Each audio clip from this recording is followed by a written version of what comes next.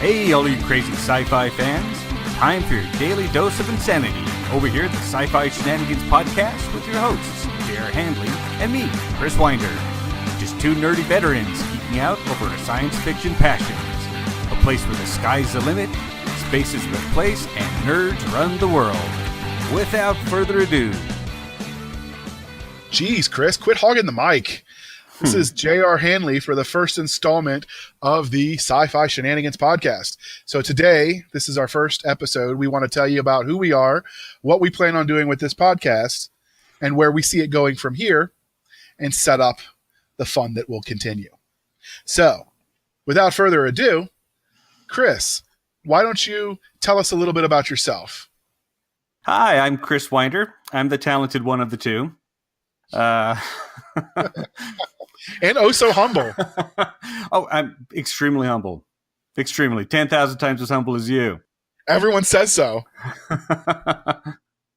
So I started writing in high school, but didn't really realize that I was good at it or that I enjoyed it. But of the two classes that I actually consistently got A's in, English was one and vocational jewelry was the other, but that has nothing to do with anything anymore because it's way too expensive to get started. But those two classes were the two that I always got A's in. I've done a lot of jewelry? Vocational jewelry, right. So making things out of gold and silver, lost wax casting, actually pounding gold with hammer and welding it together and riveting it and making pretty things out of it. Nice. Alchemy, I say. Alchemy. It's a lot of fun, and it's not really that expensive. So when did you take that love of writing that you got an A in the writing classes and actually start thinking, you know what, I can do this. I want to write something. Well, it was actually I'd say about 18 months ago. I had tried a bunch of other things. I prefer to work for myself, to make my own schedule, and especially to be creative. And I was doing that. I've owned a pest control company, web design company, a bunch of other things. Nothing really stuck. But about 18 months ago, I started thinking about writing. And so I bought a couple books on writing, thinking, okay, if I'm going to do this, I need to learn how.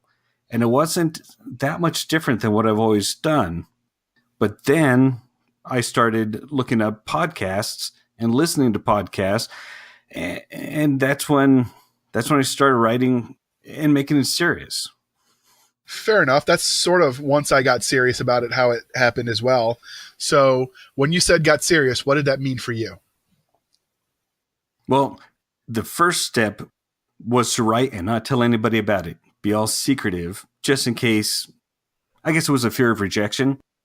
But then my second step was to volunteer beta reading for other authors, which some of the stories were good and some were terrible, which actually made me feel pretty good because I thought I was better than these people who had published a lot of books. Again, with the humility. So right. for those of you who don't know, when you get to writing, and this is a podcast about science fiction and writing, beta reading is what happens when the book is finished. Sometimes it's gone to the editor, sometimes not, but it hasn't been published yet. And you're basically crowdsourcing the opinions of potential readers on what they liked, what they didn't like, fixed mistakes.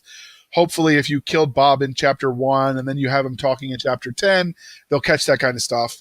But basically, they give you an overall opinion of the book. I've beta read for some authors. I've had authors or people beta read for me. But so if you hear that term, that's what it means. And then if you hear ARC reader, since we're on the subject real quick, that's advanced reader copy. They read it once it's ready to publish, but before it's published, in return for an honest review on Amazon, Goodreads, Barnes & Noble, and all the other places books are hosted. So how did you get into the beta reading with these other authors? Well, once I started listening to the podcast, it was probably 20 episodes in before I joined the Facebook group. And people started asking for beta readers, so I volunteered. Just as simple as that. I hear you volunteered once and it didn't end well. You want to tell us about it? I'm not exactly sure what you're talking about. So one of the things we talk about to the audience in our intro, which you've already listened to, is we're both veterans. So that ended fairly well. So, at one point in time, we were both young and dumb, and we thought raising our right hand and swearing to solemnly defend at one point in time was the highlight of our lives. So, you want to tell us a little bit about your time in uniform? Sure. I'm a U.S. Marine veteran. Spent most of my time stateside. I hit that sweet spot right after Desert Storm and just before Desert Shield. September 11th hit, and I was already on terminal leave, so I was involuntarily extended for a little while, but that was like 6 months, and then I got my second set of discharge papers. I never actually saw war, thank goodness. I'm thankful for that. The only, I guess, exotic location I went was Okinawa, but probably my best duty station was in 29 Palms, California, which I know a lot of people are going to groan, roll their eyes, and wave the BS flag. But there I was with the Marine Corps Communication Electronics School, and I was an instructor. And that was a fantastic job. I had Marines in full fatigues doing the can-can, literally arms around each other, doing the can-can. And I would walk in front of them and, you do not kick a sergeant. So they would do everything they could not to. And then I would explain to the class how this correlates with timing, talking between switchboards. And I had them doing all kinds of, wearing signs around their necks, standing on one foot, but they absolutely understood everything. So being creative, I guess, has always been in my blood. And that was, besides writing, that was the most creative job I had. And that was my favorite job ever. Okay. So you mentioned that you were in the technology field. So we'll go ahead and throw that out there, that I'm a technical Luddite, and Mr. Winder here, Chris, is the brains behind the operation. So he does all of the tech stuff, which is why this podcast is able to air for you guys. So after you got out of the Marine Corps and you decided to sit down and start writing, what have you written since you got past that? I'm beta reading from everybody else. Wow, I'm so much better than them. So humble. Everybody says. Right. When did you get to that, to what you've actually written? You want to tell us a little bit about some of the stuff you've written so far? Sure. I have, let's see, I'm looking at my shelf right now. I have 4 books that need to be rewritten from scratch because, well, as learning the trade. Then I have one novella. That one's called Space Trash. I have one novel called Cloud Development, and I have several short stories, one of which was actually published in the For a Few Credits More anthology. Outstanding. I've actually read that story. It was very good. It's very good. Thank you. Everyone says so. Of course they do. Because he's so humble. So anyway, so that sort of mirrors my story. So I actually have always been interested in telling stories. So I would read a good book. And the sign of a good book, good TV show, whatever that I liked is as I was trying to sleep at night, I would tell myself more stories about what happened when the credits rolled, with myself inserted in the story somehow. Like if I really liked it and I got that invested, I knew that was how it. So I would tell myself stories. When the kids were little, I would tell them stories, bedtime stories. I played, I think I've told you about this, but I played a game of war, video game or a mobile app at one point in time. And so when I did the Alliance pages, I would always write a funny little blurb and just try to, ham it up a little bit. So I was always creative, but I never thought about it as anything more than that. I never thought anything of it. Well, fast forward, I enlisted in the military to pay for college. And then 9/11 happened. I was sitting in my sophomore year at a military college. And as a drilling reservist, and when the 9/11 happened, that changed everything. I ended up getting deployed into twice in 2003, and then again from November 2004 to December 2005. Wow. To Iraq both times. I enlisted in the Army as a boat driver, which was 88 kilo or bosun's mate for the Navy types. My dad did 23 years in the Navy as an engineman, so I just had to get even. The Army Navy thing, add that to the Navy's engineman and bosun's mate thing. I just drove a nail in right there, a rusty one at that. I mean, I think the only thing I could have done to make it worse for him is if I joined the Marine Corps. Whoa. But so anyway, so I enlisted as a bosun's mate in the Army doing riverine squadrons. When I enlisted, they had a program that said, hey, if you're doing close combat support for infantry units, then you can go to OSUT, one site training for the infantry. And then as soon as you finish that job school, then we'll send you to the boat driver school and you'll have a dual MOS, which got me some promotion points for E4. Because I did the JROTC in high school, so I was already in E3. But hey, one more promotion, a little bit more money. I was game. Sure. I was 18 and I had lots of girls I wanted to spend my money on. So I ended up getting to the unit after I finished my AIT and find out that reserve unit shut down in 1974. Someone forgot to tell the MEP station. For those of you that don't know, MEPS is the Military Enlistment Processing Station, which is there's one per state. It's where you go to raise your right hand the first time. And so cough. Yes, and to turn and cough and duck walk and do all those embarrassing tests. And spread them. And so we get right. So I get there. I get to my unit and they're like, no, it's a truck driving unit now. It's not a not a boat unit anymore. So like, well, you got to go back to AIT a third time so you can learn to be a truck driver. Because I was still in E3 at the time. So if you're in E3 and you're going to AIT, there's none of the returning stuff. So I had to go through as a private again, with the drill sergeant still yelling at me again.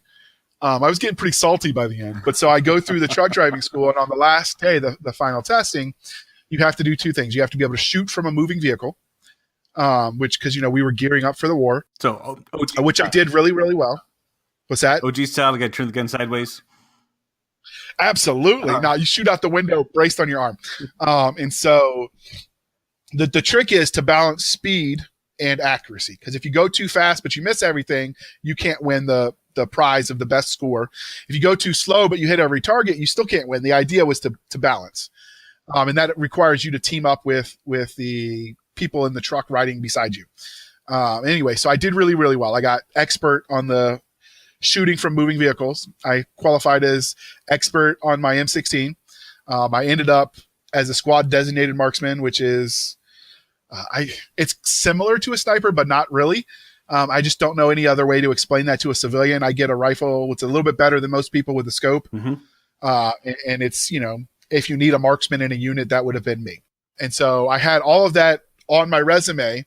And then the other thing about driving 18-wheelers for the Army is you have what they call ground guide, the guy that walks in front of the truck and tells you when to turn. Because from an 18-wheeler, your depth perception is a little bit wonky. You're sitting higher than you're used to. Your truck is wider than you're used to.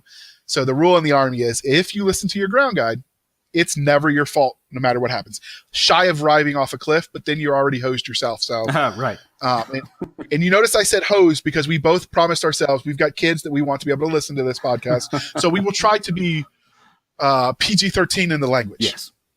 But anyway, so I took the turn too wide, not realizing it, parking my 18-wheeler for my final test, which was on the outside of a row of parked 18-wheelers, which also happened to be where the row of porta potties was.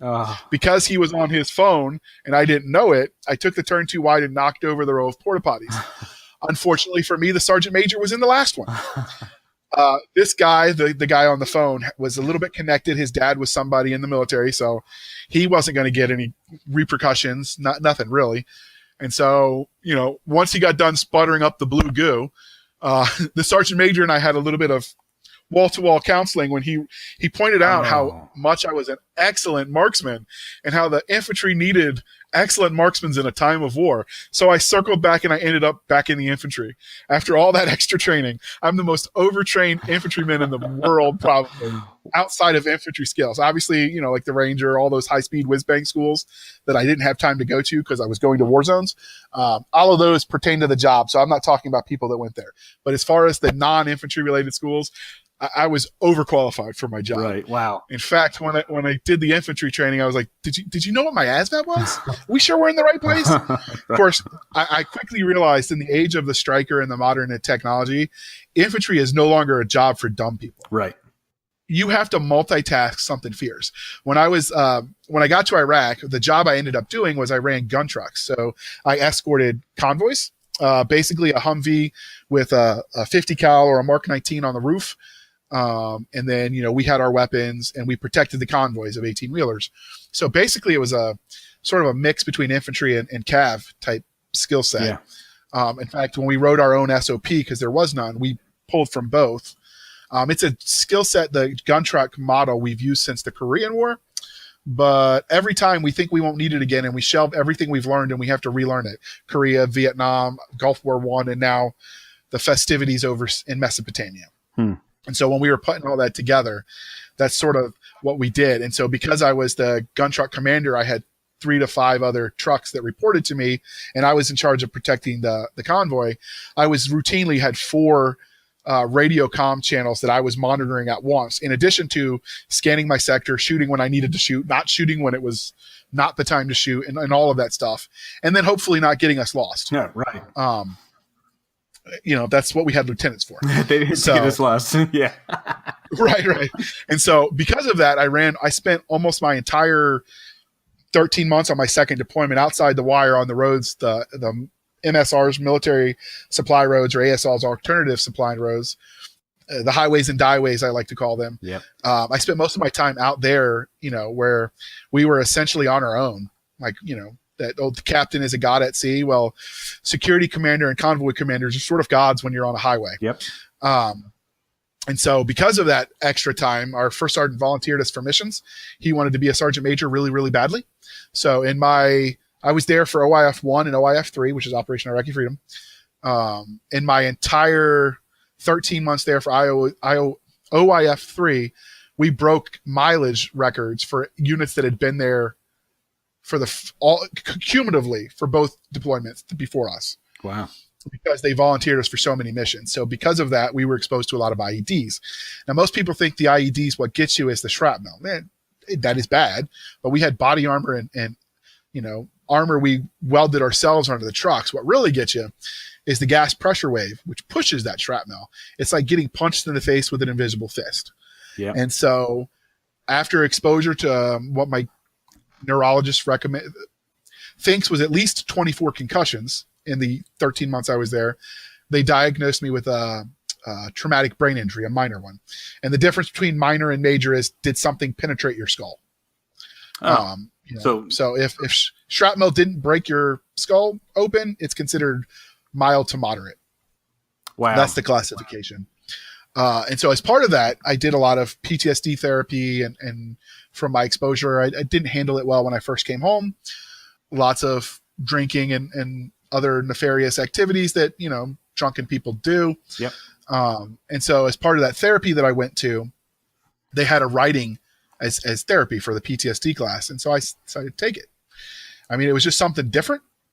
And so they had a professor from one of the local colleges come down, and they did, you could basically, the whole point was write whatever you want, but express your emotions in the written form. And so I wrote my experiences in Iraq in science fiction form, because it was easier to distance myself from the bad things. Yeah. And I've always liked reading. I thought maybe I'd write a book someday, but that was when I thought I'd be a college professor, writing boring history tomes. Nobody ever wrote tomes, writing books that nobody would read except for my students who, would be assigned the book.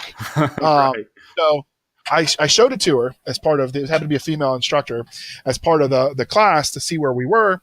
And she wasn't really looking for grammar.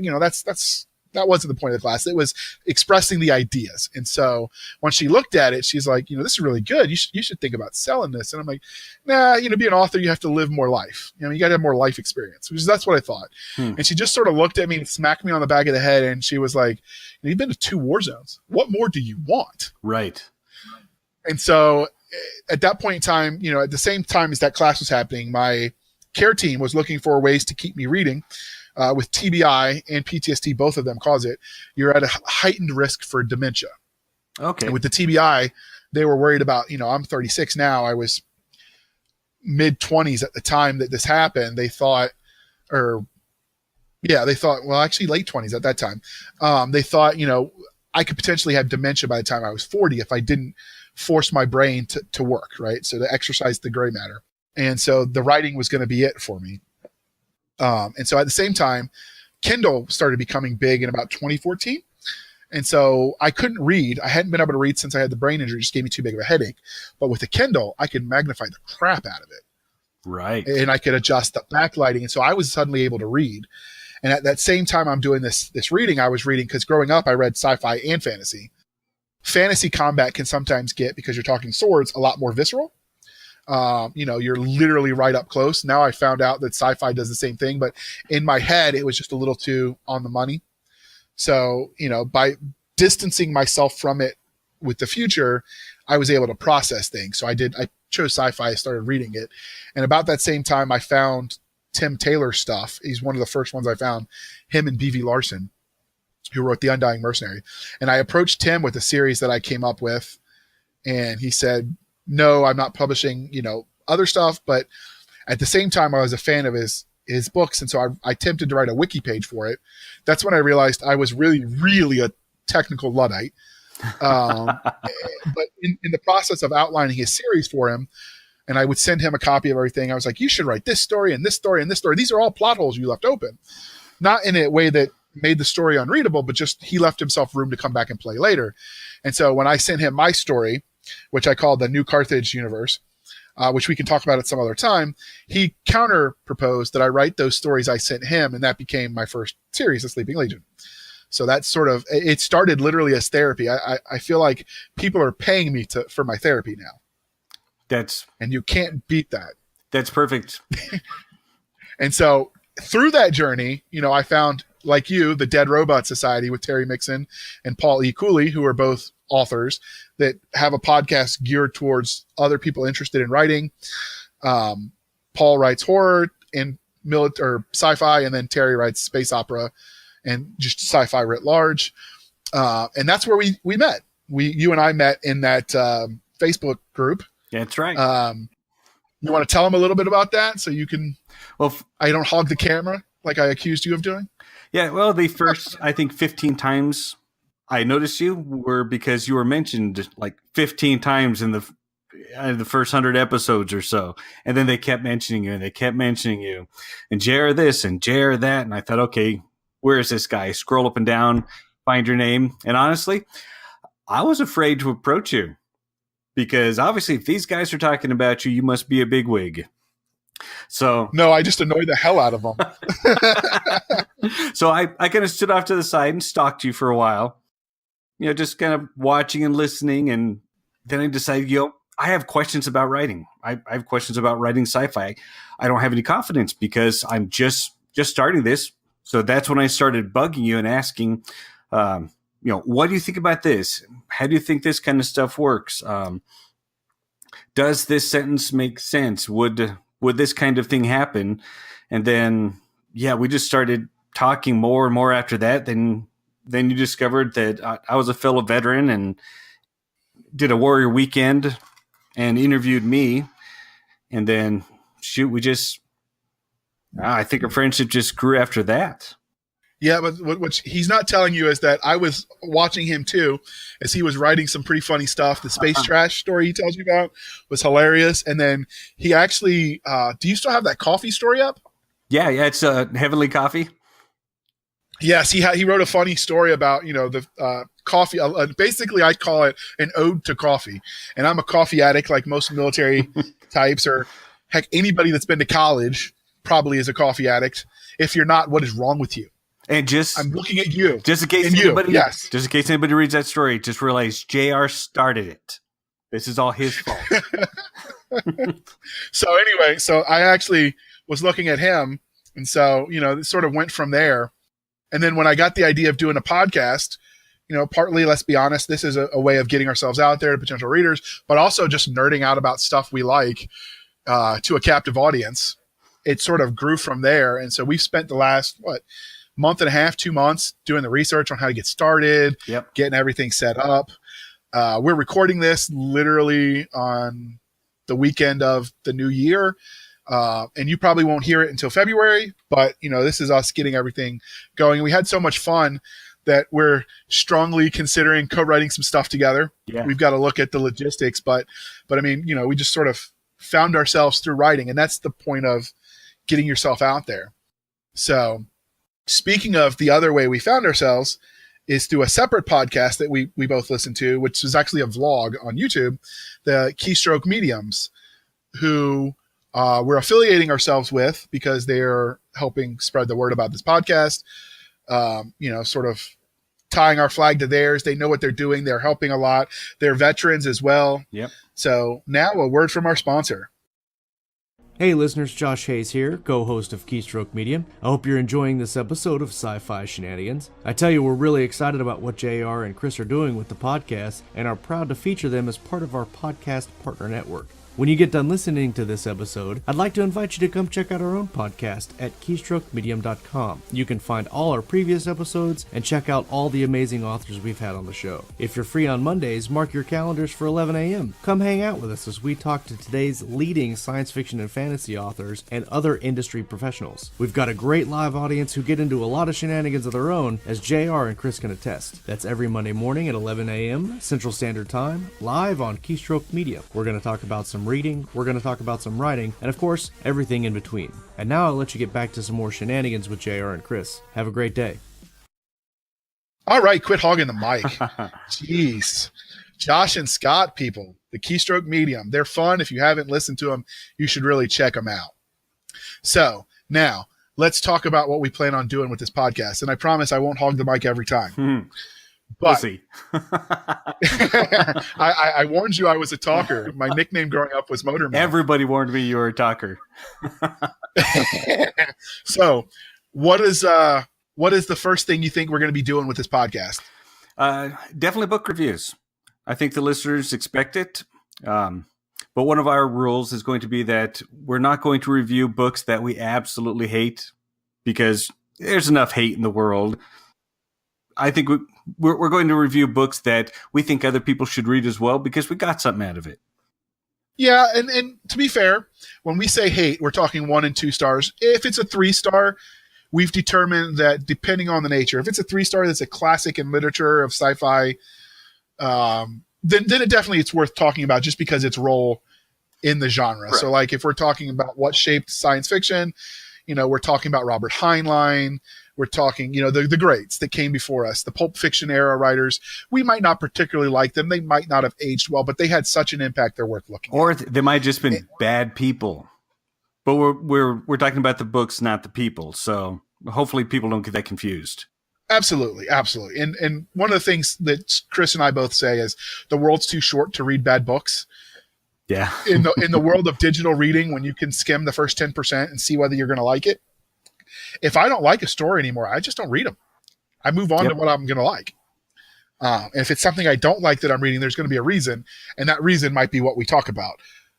But we'll be blunt if we don't like it, why, and why we're still reviewing it. This isn't going to be one of those where we sort of bash on the author or bash on the book, because like you said, the world's got enough negativity in it. Right. One of the other things we talked about doing, not regularly, but we think is worth it, is what you named the state of the genre. So you want to tell them about that brainchild of yours? New trends are coming up, and old trends are dying off, but then coming back, like space opera was around a long time ago, died for a long time, and now is hot again. But also the RPG science fiction, where generally someone jumps into a video game or a video game jumps into the real world and things like that. So what's hot, what's not?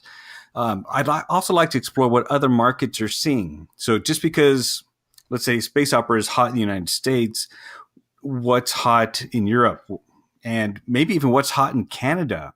I don't know if their culture, if everything's going to be different enough that we're going to see different things, just to understand what other people are doing. Interesting. And for clarification, what he's talking about with the RPG is called literature. Lit RPG is how it's listed, if you're looking for it, which is a growing market, definitely. One of the other things that we came up with that we'd like to talk about, we're not sure how we'll find the experts, so this is where we put out a call. If you've got experts on anything that you want to see talked about, send them our way. We'll reach out. I mean, we're not afraid of being told no. But one of the things we'd like to talk about is fan history, like the evolution of fandoms. That could be something that was very interesting. I'm not sure that there's anyone who's even tracked that, but if there are, it could be a great, fun little adventure. And we could speak writ large about science fiction fandoms and the cons and all of that, or we can get even narrowed to the Doctor Who fandoms, the Honor Harrington fandoms, which is written by David Weber, the Trekkies, the Star Wars with the 501st Legion. I mean, we're game to talk about all of that, but just the history of the fandom around science fiction. Yep. So, of course, we're going to do author interviews of authors that write science fiction. We're going to do interviews of famous authors, I say mid-famous authors, emerging authors, and authors who are getting started but have written remarkable books as well. So that'll be a nice boost for them, but it'll recognize some really good writing as well, and we'll figure out how they do what they do and see what's different. Absolutely. One of the things that we don't want this to just be a podcast where we interview authors. There are plenty of those out there. I don't think any that stick to sci-fi, but there are plenty of venues where you can listen to authors being interviewed about their books.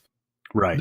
Nothing wrong with that. Keystroke Media. It's just going to be a piece. That's just going to be a piece of what we do. We'll probably be it'll be a lot heavier in the beginning, just because before we start approaching professional scientists or doctors or whatever, we want to be able to have a product we can show them. Look at us. This isn't an episode of Jackass. We're Right. serious. We're not shock jocks. We really want to talk to you about serious-ish. We want to talk to you about, everything as it relates to futurisms, etc. And so, but in order to do that, I think we have to have our stuff out there already, and we have to be able to show, what we're doing, the quality, etc. Right. And so some of the stuff we're doing will come later. One of the things we're going to do now is talk about new science. Given his technical background, a lot of that's going to be on Chris. I can talk about it from the theoretical. I can understand the For Idiots version, but as far as understanding how the science works, that's Chris's thing. But we do want to talk about that. So if there's a new tech that just came out, or a new way to use a tech that was just finalized, or is in development that we see articles about, that's the kind of thing we want to talk about. If it's science and it pertains to the genre of science fiction and writing, and something that the readers or the writers would be interested in, we want to talk about it. I think pretty much all science can be brought into science fiction. Absolutely. One of the other types of interviews, since we've talked about science, where we would just ourselves wax poetic about what's out there, what it means, how it might be used in story ideas, etc., is we actually want to talk to the scientists and the doctors themselves once we establish ourselves, so we can. So you want to talk about that a little bit, what we were thinking? Sure. We want to talk to researchers. We actually want to talk to rocket scientists, people developing new technology, people improving old technology. I have one person in mind who's a very young person, a minor, graduated high school a couple years ago, is in college and is working on quantum theory, actually has access to IBM's servers so that he can run his algorithms to test theories. At 15. At 15. Mind blown. Yeah, it's only about 100 people who have access to this server. It's actually server clusters, a bunch of servers all put together to act like one gigantic one. Probably more than even the FBI has with their Predator server that they use to crack passwords. But this kid has access to this. He can go on anytime he wants. He has his own username and password and do whatever he needs to do to either prove or disprove his theories. So hopefully I can get this kid on because, well, I need to talk to him about it first because I may need to dumb it down for the audience so everybody can understand, because I'm pretty sure he can understand. Let's be honest, you're dumbing it down for me. Well, I was an instructor, so I can make it understandable for everybody. So obviously this is again where we remind you, if there are people that fans of the show, doctors, scientists, etc., send them our way. Send us the information. We're definitely interested. At the end of this show, we're going to give you our contact information for the podcast. So anything you've got, scientists, doctors, even journalists that report on this industry that might have passing familiarity enough to talk about it, because that's something we're looking at as we make our episode list going forward. One of the things we plan on doing is to talk to some of the sci-fi authors that we know that have specialties outside of the writing that they might talk about. Like we've got one author that we know that literally was an international arms dealer. We've got nuclear engineers. There are people in the sci-fi author community that have specialties outside of just their writing that we'll tap into in the beginning for our experts. So there will be some overlap and shameless plugging, but that's just because that's who we have access to. We have to show, like I said, we're a serious, sort of podcast, fun, approachable, but we're not there to ham anybody up or, have anybody have a space where they're talking about their career field in a way that would be damaging for them. Absolutely. Because obviously these are professionals would like to get, you live out near, was it Embry-Riddle? Yep. In Arizona. Embry-Riddle College is close to you. The Naval War College is close to me. I mean, we've got experts near us we'd like to be able to touch, but those people have, probably security clearance to concern themselves with. And so we want to be able to show them and then them to be able to show their bosses that, this is fun. This is not, it's not a trick. It's not going to make the college look bad. Right. Or the professional or the military or whoever. Mm-hmm. Sometimes if it's necessary, we might have to disguise names. Yeah, that's fine. But we just want to get you to talking to the experts about what it might mean, just all of that, the stuff that's fascinating. So like I said, if you know anyone, send them our way. And then the other thing we want to add, which is we want to talk about science fiction in the non-literary genres. We're talking video games, movies, TV shows, RPGs. If it's out there, we're interested. Now, obviously, we want to focus on the written word because sci-fi is so vast in and of itself that we thought we needed to narrow it down a little bit. A lot of it will be overlapping, but, it'll just depend, right. On what's out there. But it won't be something we do all the time, but it's definitely something we want to acknowledge and talk about because they all influence each other. I hazard a guess that the young kids today growing up watching The Expanse might write totally different science fiction when they get older than the kids that grew up watching the original Star Trek or Star Trek The Next Generation or Star Wars, etc. So, I mean, it all affects itself. Right. It's sort of a closed loop, if you would. But we definitely want to consider all of that. Do you want to explain the Amazon rule that we're following? Absolutely. So we came up with, so the name Sci-Fi Shenanigans started with an interview series I do. I have on my blog, jrhanley.com, I have what I call the Warrior Weekend interview series, which is basically if they're a writer, podcast narrator, anything that implies the genre. So if they're doing audiobooks, magazines, whatever, but they're also veterans, I interview them if they're in the literary space. So that includes agents, the whole 9 yards. Right now, I've mostly done authors because that's who I can find. But, and I called that the Warrior Weekend because, as a veteran, I want to help other veterans. I think it's important. It's part of my branding. I'm not going to lie. It is who I am. It's what made me who I am today. Mm-hmm. But then I wanted to talk to just everyone else who wasn't a veteran that wrote science fiction. And I was looking for a name, and Sci-Fi Shenanigans was sort of born because the alliteration is just there. It just sounded cool together. And so my rule for that was what I call the Amazon rule, which is what we're applying for this podcast of the same name. Which is basically if Amazon says it's science fiction, we'll talk to the author. So we use what we call our Amazon rule. If Amazon says it counts as science fiction, then it counts for us because we just needed a cut in the, a line in the sand that we could say this is the line. Right, neutral. We're not trying to pick on anybody or favor anybody. We're just going with what Amazon says. It's like the Scrabble rule. Everybody agrees we're going to use this dictionary. If it's in this dictionary, it counts. If not, it's not a word. Right. Basically, that's the whole point, was to have a neutral arbiter that would say whether we talk to the person. Because, would I consider dystopian books science fiction? Maybe, maybe not. But Amazon does. So if there's a dystopian author out there, we'll talk to him. Yep. And going forward, that's just one example of many. Science fantasy, for instance, Amazon calls that science fiction as a subgenre. We'll talk to them. Some people might say, "Oh, it's not hard SF," but if Amazon says it's science fiction, that's right. That's good enough for us. That's what we're going with. I know this episode is probably going to be a little shorter than our normal ones because I'm looking at the clock and we're at 38 minutes and some change. Yep. We plan on keeping it between 45 minutes and an hour. If it runs long, we'll determine what to do based on how long. But we do plan on keeping them about an hour. That gives the author and us time to sort of have some back and forth. The same with the scientists and the fan historians, etc. So, just bank on when you're listening that it will be about 45 minutes to an hour. This one, we just wanted to talk about who we were, what we were doing, where we saw ourselves going, and go from there.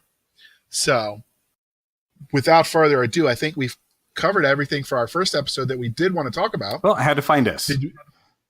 How to find us. Why don't you tell us that, Mr. Webmaster? All right. So by the time this show airs, the site will be 100% ready.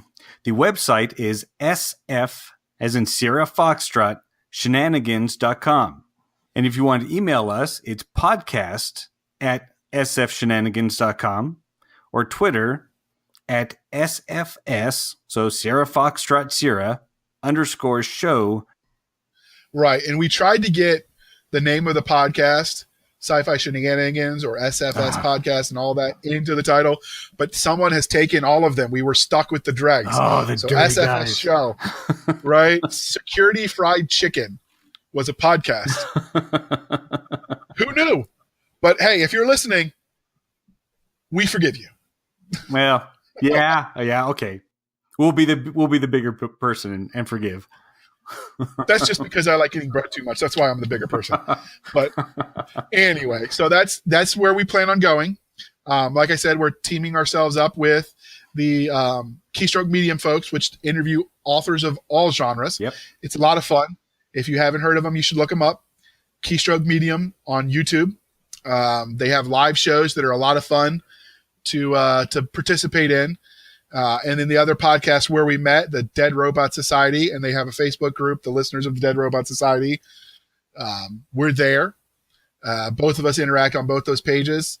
And, as the show grows, we might end up with our own pages. But for now, if you want to find us, you've got the website, you've got the Twitter, and we're both on Facebook. Personally, I'm on Facebook as JR Hanley _JR _Hanley.